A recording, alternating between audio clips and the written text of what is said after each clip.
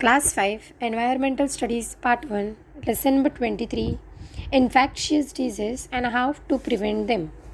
So students, in this we are going to learn about various diseases through how it spreads and what are its prevent methods and also the symptoms.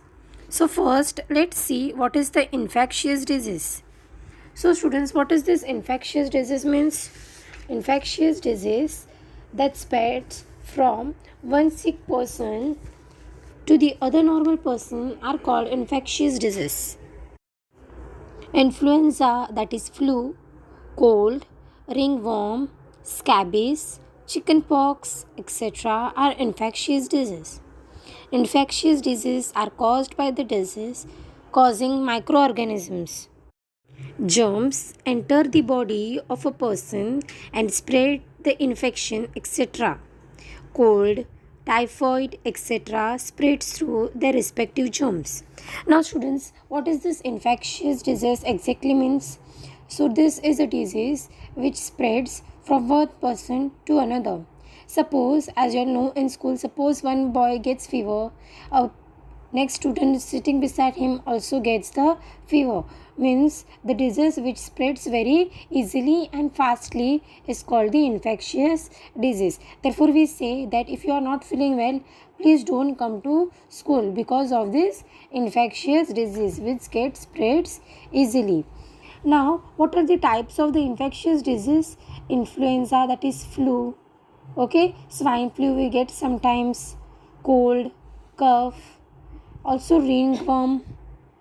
Now what is this ringworm means? Suppose on your hand a circle like infection is done and small reddish part comes on, that is called the ringworm. And also the scabies. Scabies is the disease which the full body gets red.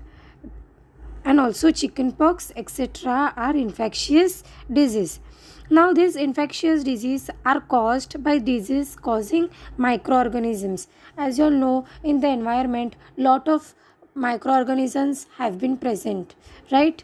Lot of insects such as mosquito, flies, due to them also infectious disease is been occurred. Therefore we should take care of our health. And the germs in this infectious disease enter our body, right, of a person and spread the infection to the each other, as I told you all about the cold, right, cough, that is what it spreads easily.